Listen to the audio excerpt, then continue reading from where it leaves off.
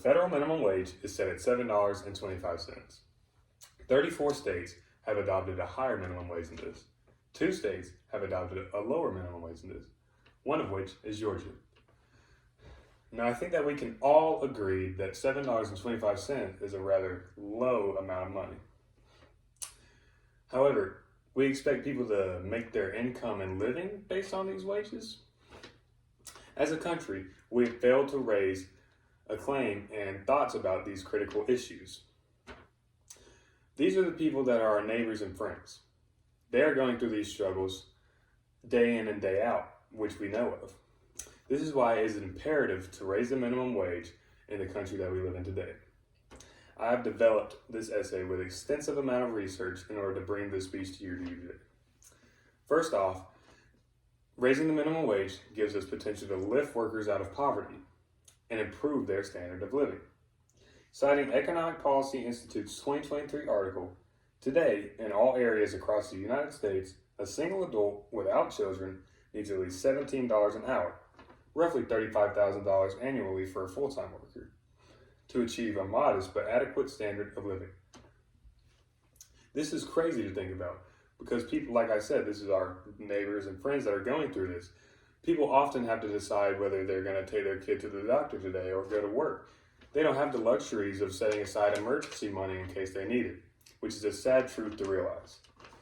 In the same article, it states having a lower minimum wage for tip jobs results in dramatically higher poverty rates for tipped workers. The people that rely on these jobs will always fall below the standard of living set today. This is because their income falls short, which is due to our own fault of setting the minimum wage so low. Citing Cap 20 2023 article, in addition, if workers earning in the bottom 10% had been paid $15 per hour in 2021, the year for which wages were calculated, many workers in a one-person or two-person household would have moved out of poverty. This proves by raising the minimum wage, we can improve living conditions for these people and help move more and more people out of poverty and into the middle class.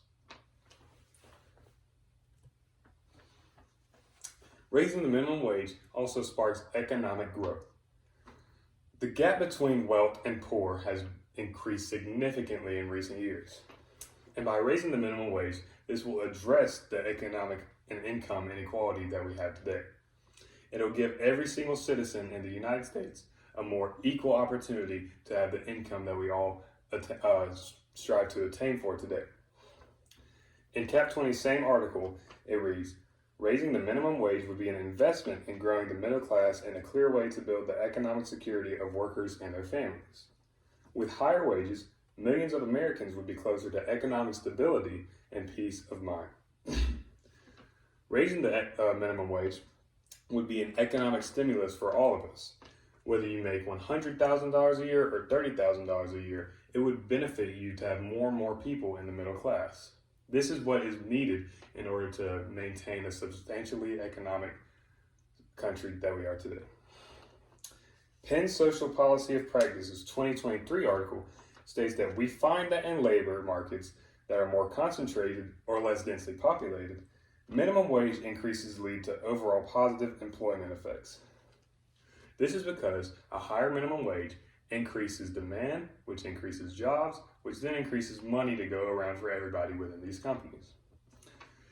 Now, it may sound 100% soundproof and without fault, we are going to face challenges within raising the minimum wage.